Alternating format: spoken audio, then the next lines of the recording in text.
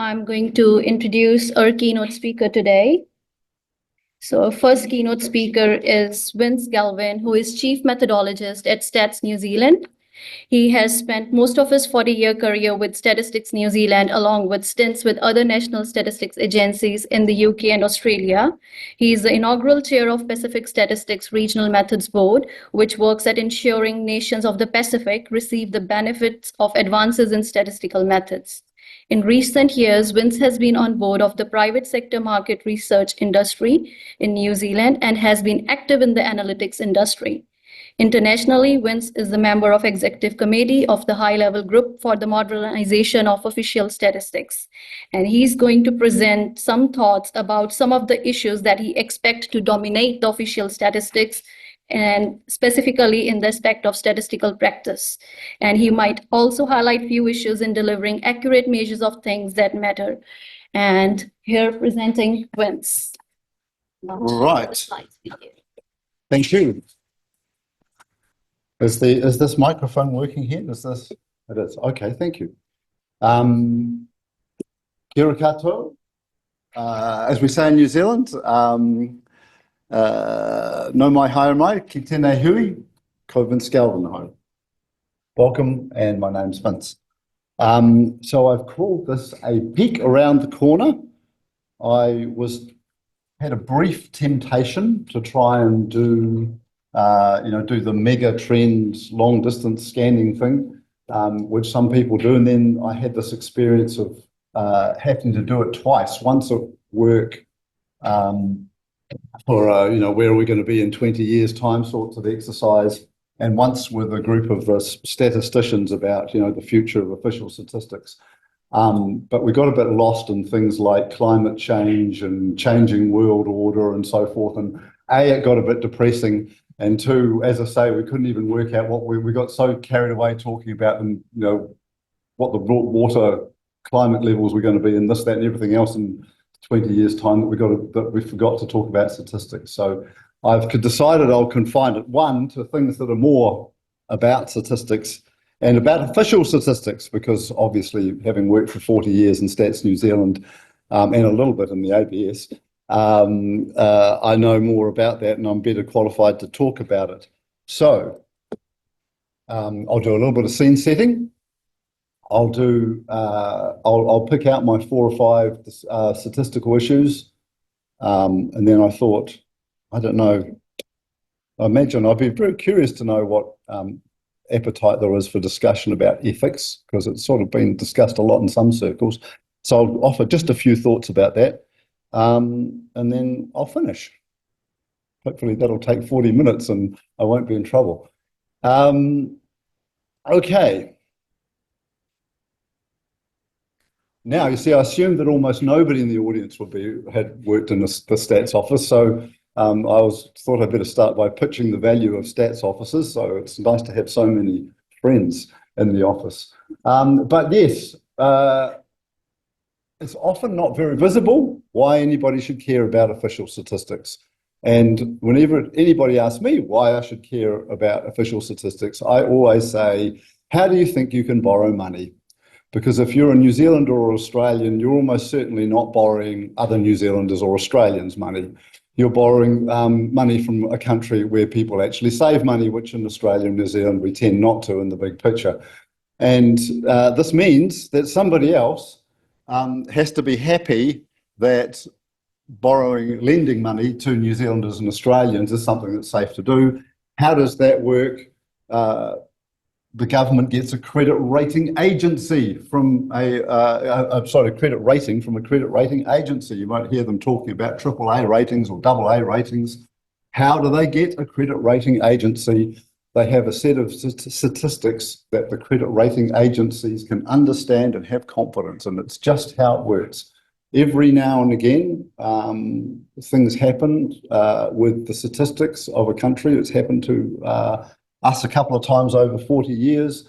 The credit rating agency rings up the Minister of Finance and says, your balance of payment statistics aren't credible. We're going to lower your credit rating rating. At which point, we often get money for improving our balance of payment statistics. There's just a lot of behind the scenes things happen that we're part of. I won't go through all of this, but I'd have to say that I've had a couple of experiences over the years. The first one, I was in a room when people from the New Zealand Treasury were trying to convince a credit rating agency official that they shouldn't lower New Zealand's credit rating agency. And the issue at stake was that the demand in the New Zealand economy looked pretty good, but the suspicion was it was all because house prices would be high and everybody was sort of fools, I feel good, lots of fueled by borrowing and not income. And because we didn't have a household income and outlay account in our national accounts, we weren't sure. So, and it was a very, very tense discussion because the Treasury officials did not want to be the people who got blamed for New Zealand having its credit rating agency lowered and the cost of borrowing for the New Zealand government to go up. So straight overnight to get an extra couple of $100 million on the bill for government expenditures for no extra benefit. So I'll run through this, but I won't go on about it anymore, but that you should worry about what official statistics do. Trust me. And then do you need a statistics office? Well, yes, you do. Two reasons. One is that you have to create an institution that doesn't have a vested interest in what the numbers are. This is we were talking about when we had the what was going to happen with the next census once. I had to ring up the guy who ran Infrastructure Auckland. So there's all the big investments in Auckland. And I said, you know, are you a big census user? Yes. Do you care when we run it next? Yes. He said, here's the thing, I could probably even run a census of Auckland. If I've got the money to, I'm spending billions of dollars, it's fine, I could do it. No one would believe me. I need somebody, it would just be seen as a self-serving piece of fabrication if I did it. I need you to do it. And the second thing is the classic economist public good argument. There's the two properties of a public good, non-excludable, I've written it out there, and non-rivalness. And a free and open economy tends to undersupply a public good. So that's why we tend to have stats offices and we fund public statistics. Right, what's getting hard? So, in a word, the world is getting more complicated to measure. People are doing business differently, producing a diversity of things, and trying to understand how that's and trading differently. When I was working here in my 20s, you used to have to register exchanges with the rest of the world. There was the Reserve Bank, and it wasn't so different in Australia, I don't think. You had to buy something from overseas, you had to register the transaction with the Reserve Bank. Imagine that. Here we are shopping online, but that's how it was not so long ago. So people want more. There's more information, of course, but of course that makes things both harder and better. And as I'm going to talk a little bit later, people are demonstrating that they're a lot less inclined to supply their information. So generally, as I've noted there, they don't want to spend the time or don't want to recognise collective benefit. This is this whole, you know, I don't want to do it, so I'm not doing it. That's it. And people are much more concerned about their privacy. We used to have what we called the 20-60-20 rule, which is a result of some research we did, which was basically that 20% of people don't care, 60% of people are persuadable, and 20% of people are horrified, what we call privacy puritans, horrified at the whole idea of giving information. And that's shifting. People are getting more and more worried about sharing. So that's, it's one more slide on the scene setting. The other thing that is going on is that a lot of big agencies are doing a lot of data accumulation that's not terribly obvious to it. It's quite legal. You can buy data off all sorts of sites. They maintain their own databases. And they link them at the unit record level. They've got their own, a lot of information about individuals, but it's not very visible. So people get it's a little surprised, like an institution like Stats New Zealand or the Australian Bureau of Statistics have to be very explicit about what we do. And we should be, it's a good thing. But there's a lot going on in other places. A lot of the data that everybody thinks is around and should be used is is shambolic, purely poorly curated, and both from the point of view of it doesn't have a clear underpinning classification, and secondly, they just manage the mechanics of it very badly. There's just lots of missing data and duplicated data and so forth. Some other interesting things going on about people wanting to own their own data. This is this whole idea about data commons idea, that I will hold all my data in a box and I will let it out to you as you convince me that there's a good purpose to me giving it. Now, that's technology is being established, but it's not. We're a long way away from that being actually a thing. But there's a lot of interest. Some institutions are starting to talk about setting that up, which will make life very different and very interesting.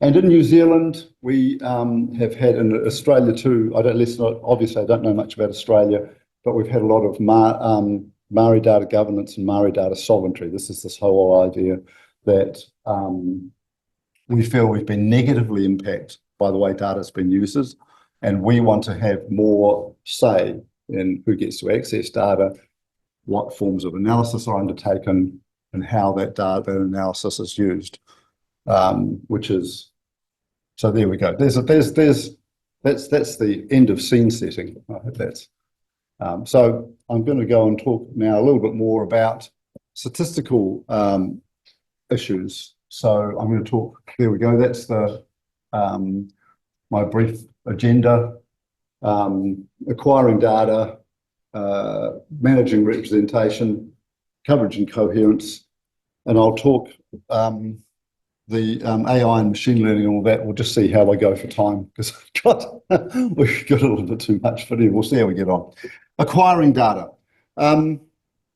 So this is largely about, are we even going to need to acquire data? There's so much data around. Are we going to need it? Here's the thing.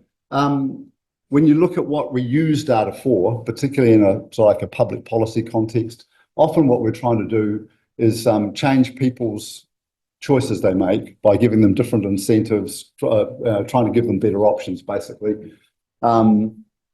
So that requires us to do collect a lot of information that's a bit more subjective. So we need to know what state they're in. We need to understand what they believe and understand about their own situation, because it's one thing to know the situation someone in, but you've got to understand how they're looking at their own personal circumstances if you're going to understand how people are going to behave.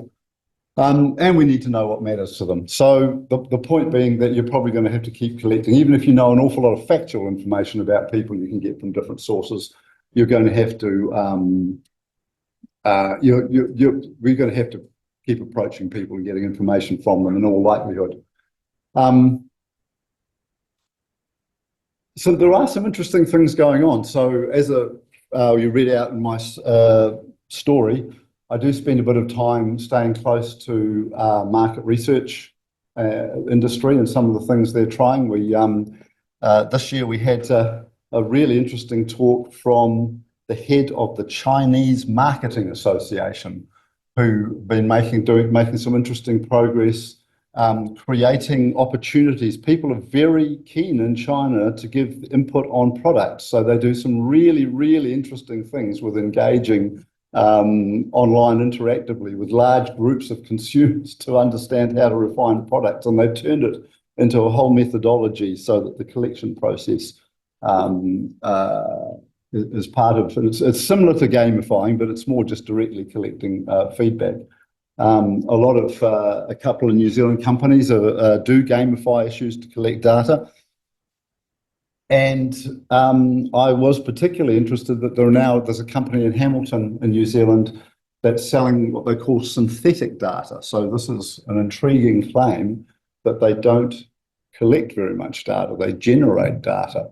Now, exactly how this works, I'm still working out. But it is the company's called Yabble, and they're publishing some of their methods. But it's an intriguing idea that they're now claiming that you can use. Well, they're basically claiming they can use machine learning methods to generate a lot of data. So, well, the point about putting the slide up was that agencies like Stats New Zealand and the ABS official agencies will have a lot of different data sources available to us from one point to another, but it's going to be a complicated mosaic. They're going to have very partial coverage. They're going to have a lot of concepts. It's going to be quite a job to figure out whether it's feasible to pull it all together. Right. So to move on to the more particular problem of if you're not sampling haven't got everybody, how are you going to make sense of what you have got and produce good estimates from it? So this is obviously one of our big issues. Sampling theory was codified in the 1930s, famous paper by Jerzy Neyman, and by the 1950s it was the cool thing to do. I looked up, I see it was in the mid-1950s that Stats New Zealand first appointed a senior research officer, and I found his job description, and it was to implement newfangled sampling. That was sort of like the cool thing to do in the 1950s. And of course, it assumed that you could select samples and get a representative response. You would not have too much non-response, and if you did it, what was called ignorable, that what you did have was good enough to represent the population. And now, of course, that's time's gone on, and that whole thing about the non-response being ignorable has deteriorated quite significantly. At least you would guess it would have. The ONS had one month for their labour force survey with a response rate dipped below 20%. Last year, the market research companies I talked to, response rates are often less than 10%. And some other colleagues and other stats officers who tend to have higher response rates are still looking at response rates 30s and 40%. Australia and New Zealand are lucky, right? We're still more looking in the 60s and 70s for a lot of what we do, but this world's coming. So what do? Well, there's been a lot of talk about you grab a big data source, you'll be fine. These sources, there's a lot of data. But of course, they're generated by processes that you have to understand, and you have to understand the well. When the Dutch did some famous examples of where they had data sets that they were trying to describe their automotive industry, and their data sets with literally millions, 5-10 million records, and they did better off estimating the true numbers with a random sample of 2,000, because you've got to understand how the contents have been driven. And certainly some big data sources famously get big by having a lot of repetition in them. There's a really interesting paper about how when big data became a thing, a lot of American companies spent a lot of money and got absolutely nowhere trying to use big data. And it basically came down to the fact they just assumed that the answer would be in their data set, which was, if they'd thought about it a bit more, you could have seen that it wasn't. But anyway, what to do next is a big issue for us, a really big issue for us. And we do have a toolkit of solutions that essentially, depending on what exact data you have, they take different forms. But underneath them all is the whole idea that what you've got to do is model the process that generated the data, so you can try and describe, get a sense of how you're going to adjust it. And this is a fairly well-established methodology, and if you want to read about it, the Stats Canada's journal, their methodological journal that they put out in June this year, the entire issue was devoted to how to use these techniques. But it's going to, and you, if you're doing this stuff, you will be using these techniques, but it puts a bit of pressure on. It's a bit different because you have to defend the assumptions that go into the model, and you have to convince people that you've made a reasonable set of assumptions, whereas previously the whole business, as long as you had a good frame and you were using random sampling, you had a lot more else to rely on. So, as I've said, I've finished there. In a world where people are complaining about misinformation and disinformation, it's not going to help if we genuinely have problems worrying about what the representativeness structure of our data is.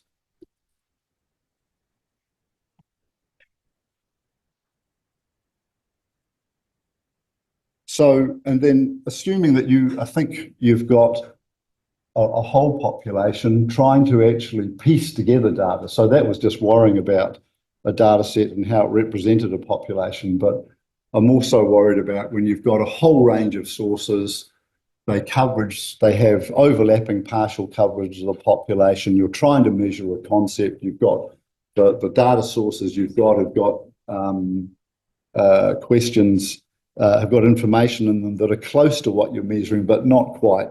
Are you going to back yourself or your modelling techniques to go in and disentangle it all? Because you're sort of going to have to, right? This is how you're going to build data sets that cover the population. As I say, we've had a brief insight into this in Stats New Zealand because we have to combine our collected census data and our administrative data to create our census file. So we've had a little bit of a run at this, and to be honest, it's doable. We've had it reviewed a couple of times. It was the second time we've done it. The 2023 census file has just been released in the last few months. Had an external panel review it, who was similar to the panel who reviewed it the first time, and they said, "No, good on you. You've taken the methods that worked okay last time and improved it." But again, you've got to exercise a lot of judgment.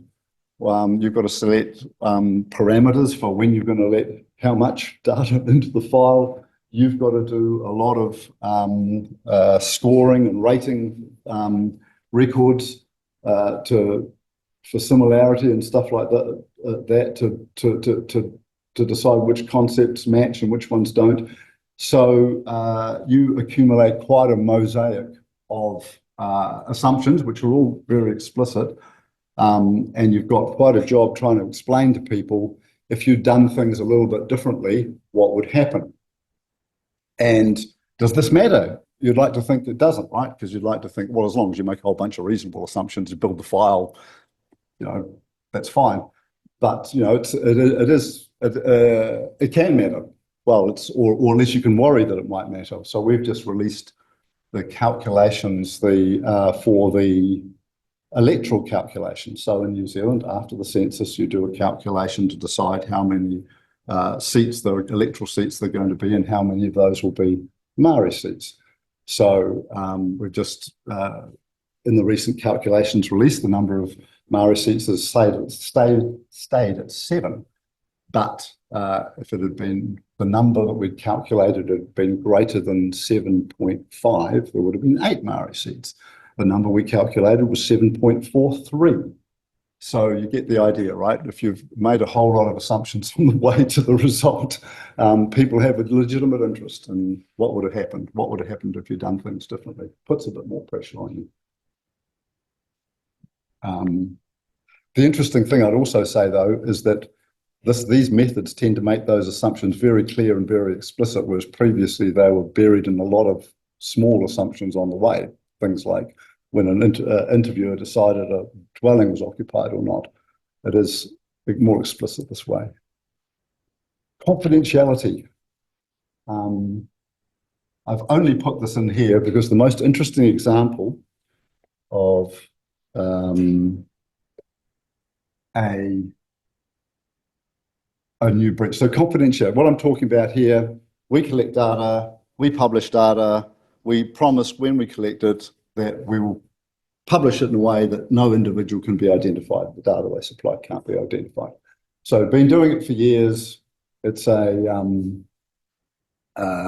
a few methods that are fairly simple, and because if you keep them simple, you can modify them easily and implement them without too much cost.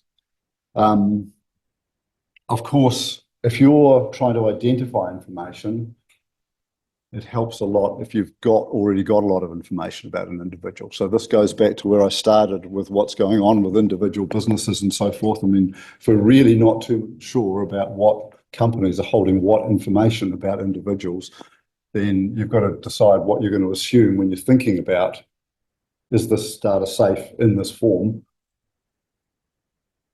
Now, interesting story, the US Bureau of the Census. So they publish their census results with a lot of small area detail, so a lot of geographic locations, and a lot, like staggering amounts. And it occurred to them that it might be possible to set up a system of simultaneous equations to work out individuals they published. I don't know if you've heard the story, but they essentially set up this massive equation with something like 500 million equations and 300 million unknowns, and they solved them for about 40% of the population, literally, out of their the publication strategy. They started deducing individual values. Which, of course, is not the way, 30 years ago, you wouldn't have considered that a feasible strategy for trying to identify people, but that's just time goes on and capacity goes on. So now they have adapted a perturbation strategy called differential privacy, which is a whole new approach. But there's the thing, right? As possibilities change, we have to be light on our feet to stay ahead. Now, how am I doing for time? That's 25 minutes of the 40, is that right? Right, okay. Oh, well, we're not doing too badly then. So, better say something about machine learning and AI, hadn't I? That would be ridiculous not to peek around the corner and not say anything at all. You would wonder what would happen to me. So on the next slide I show you is going to be a slide of the Stats Office business model and where we've mapped on where we think we're going to, AI in particular, might be explored where it has already. I'm going to check and find my notes. Here we go. But there's a lot of work within the Stats Office. As you can imagine, classification, prediction problems, of course, we're using machine learning wherever we can there. And I see a lot of, I hear that some of my good friends from the ABS that's working in areas are doing exactly that. Go at them. And of course, we've already had a bit of experience at Stats New Zealand about this whole business about, there was a time when before you were fitting models, you would stare carefully at output and worry about which models and which parameters and which interactions you were going to fit in the model. And of course, these tools do wonderful things, but they sort of do that. They generate that within the system and look at it. And this can make it difficult to know exactly what model you have fitted. And if you are making line ball calls of the type that I talked about before, or we've had, so we also did some work about what proportion of New Zealand rivers are swimmable. And the whole nub of what's driven it has been a not very transparent model, and people are very interested in the argument and why things have landed one side of the pond or the other. You've got to do better than, oh, well, we fitted a really good model. We don't know quite what it did, but it's, it's an optimal model. It's just not an adequate explanation. So I think I'm going to talk a little bit more about some of the things we've done in those circumstances later. Okay, so welcome to the General Statistical Business Process Model version 5. Be still your beating hearts. I'm sure you're overly excited, but as you can see, from needs through to sort of thing about. So this is just like a little language that official statisticians use to describe their work processes generically. So it's become sort of common parlance, mainly off the fact that the Europeans have so much statistical regulation that they need to be able to specify things, so a common language is useful, so they pick this up. It was actually invented in New Zealand. Go New Zealand, but there we go. However, so the whole point of this was that machine learning and AI, and whether it's the coloured boxes, people have already done things, whether it's these circled boxes, we've either know some friends and other stats officers have given it a go, or they've got business cases to try things. So obviously a lot in the classification and coding and stuff like that. There's increasingly looking at bots and things to manage people who are trying to deal with people who are trying to talk about it. Some countries have even started playing around with some of the collection. Would you give your data to a bot? Some people, looks like some people would, which is sort of interesting because they're more patient than human beings. It's amazing that people actually tend to like how they deal with bots often. But certainly worrying about how whether you can produce dissemination products. People, you can certainly teach machine learning languages, tone but obviously you can't get it to do analysis unless you've got to be pretty careful about if you think it's doing analysis. But yes, obviously it's going to, we're in our own business process, we're doing a lot more than this. Well, I have.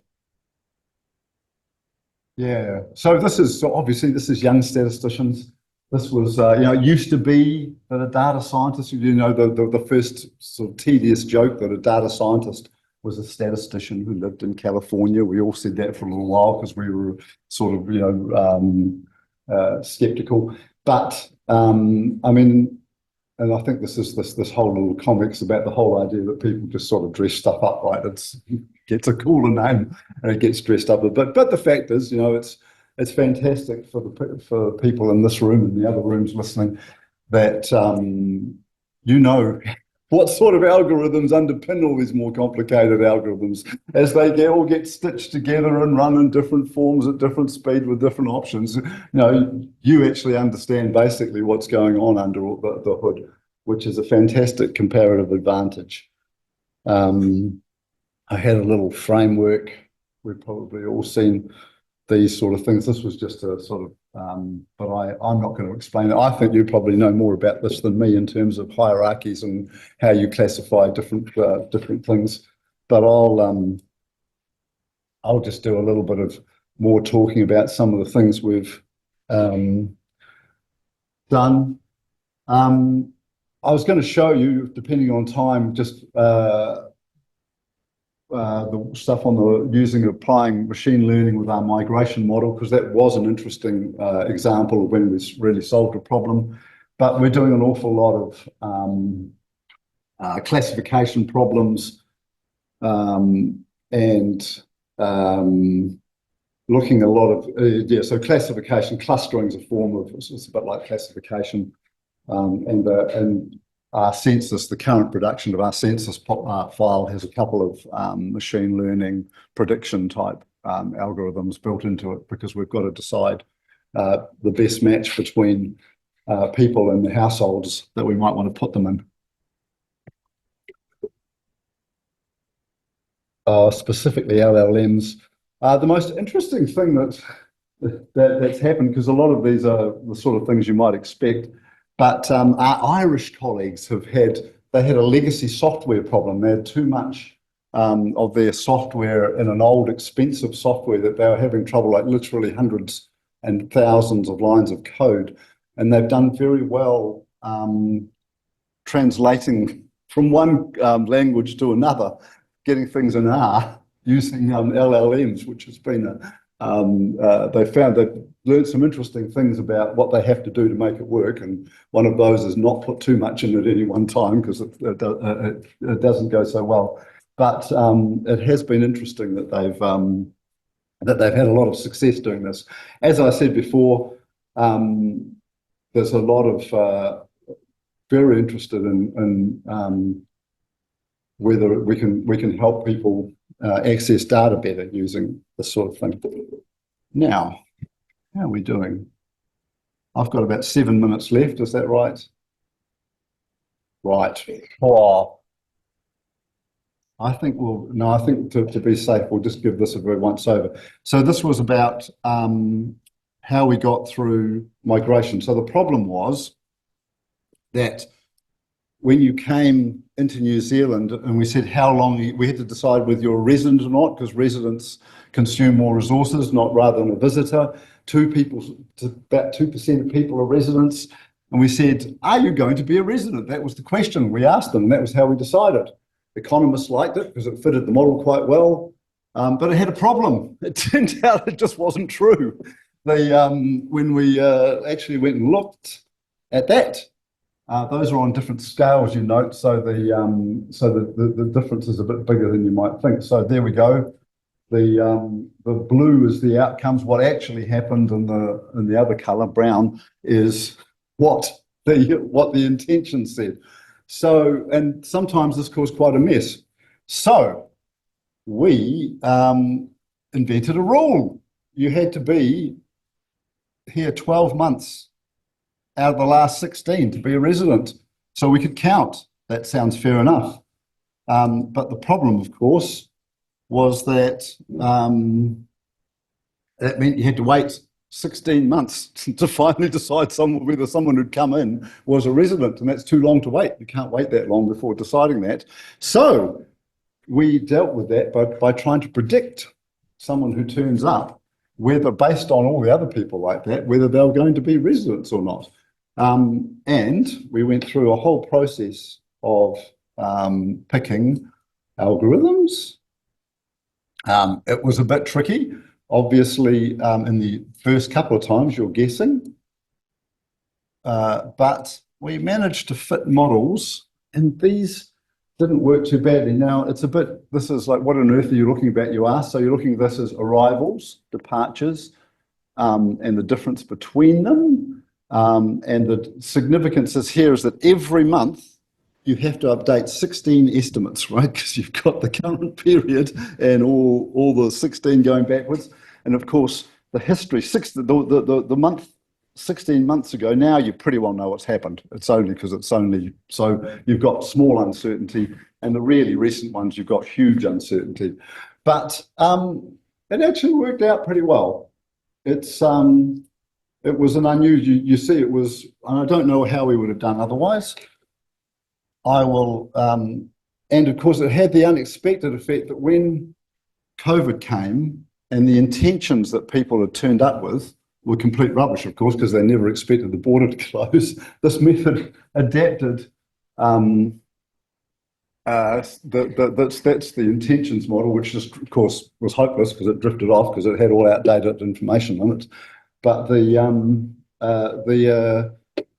actual trained model adapted very quickly and did a good job of adapting to COVID. Right, so what did we learn from that? It was, so as I say, worked pretty well, but we had to learn a lot about how to use it, I'll be honest.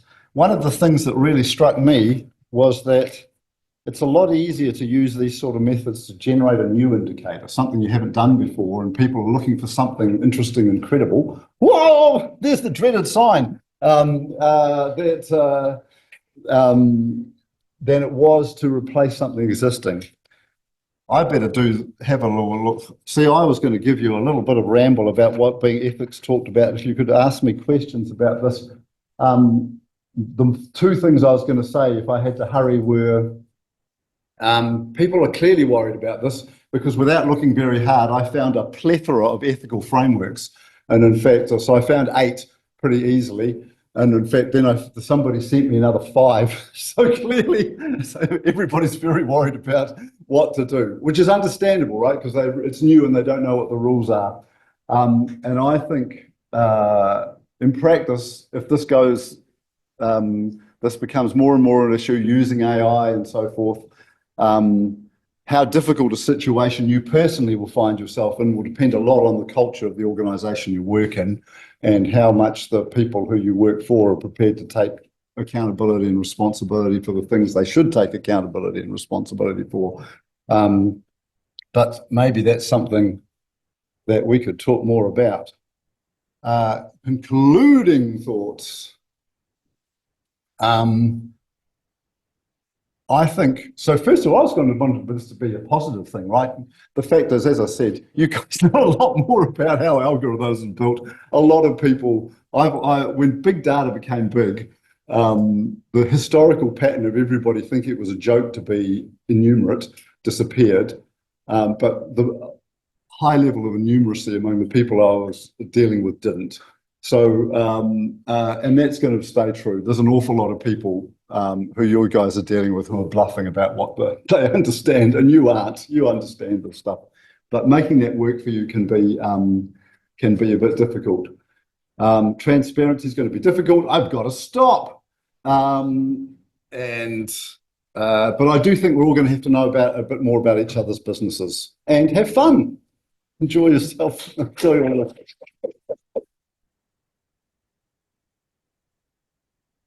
Thank you, Vince. We might need you for some questions. Right, I'll hang around. Okay.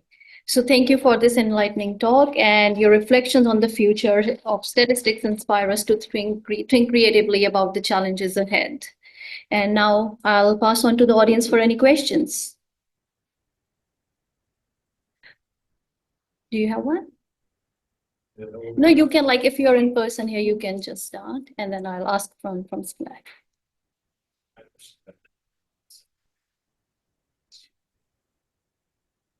We were actually using what's like that end case. We were using such a model to classify agricultures. Okay, so the question is, why do we use XGBoost model for like migration models? What do you, Vince? So were you worried about, why do you think it's an ethical question? Or where are you using it? Oh, okay. So what to make the, so the difficulty is somebody turns up and we've got to classify them as a migrant or a visitor, right? So now we've got a rule for counting. To count as a resident, sorry, what did I say? I said a resident or a visitor. To count as a resident, you've got to stay 12 months out of 16. So we're trying to predict with someone who turns up whether they're going to meet that test or not. So we've got ourselves in an awkward position now that to do this, you've got to look forward to apply the conceptual rule. So that's what we were doing with it, trying to predict there.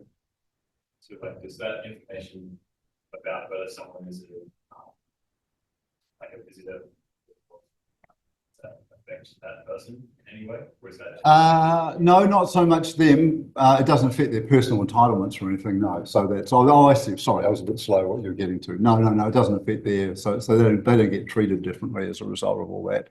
But that's a great question, right? Because in fact, if I've been rambling on about it, I have had some colleagues asked to build a model to help policemen decide whether to remove people from dangerous situations on the doorstep, right? Now, you know, that's sort of like, okay, terrible situation. But, you know, it's a terrible situation with or without a model. Are you going to participate or not? You know, what's the, you know, how do you think your way through that one? That's Thank you. I have this question for you on Slack. I'm interested in your thoughts on why response rates are dropping around the world, but maintaining in Australia and New Zealand. Are our acts more legally binding, obliging people to respond to avoid fines, etc.?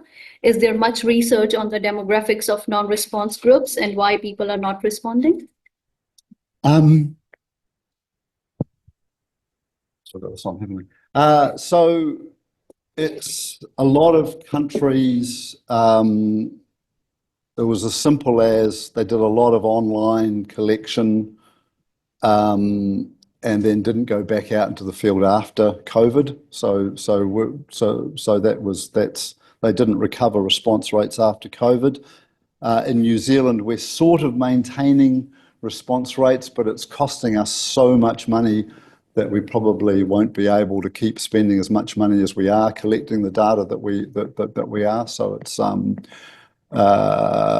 people. I did mention briefly there is some research that is suggesting that people are much less inclined to do things that they don't want to do than this whole notion of recognising civic responsibility is something that's just less prevalent now. And then there's just the sheer the difficulties of contacting people. That we had response rates for an era where people were just at home a lot more. Thank you. We have SSA Events team up there online.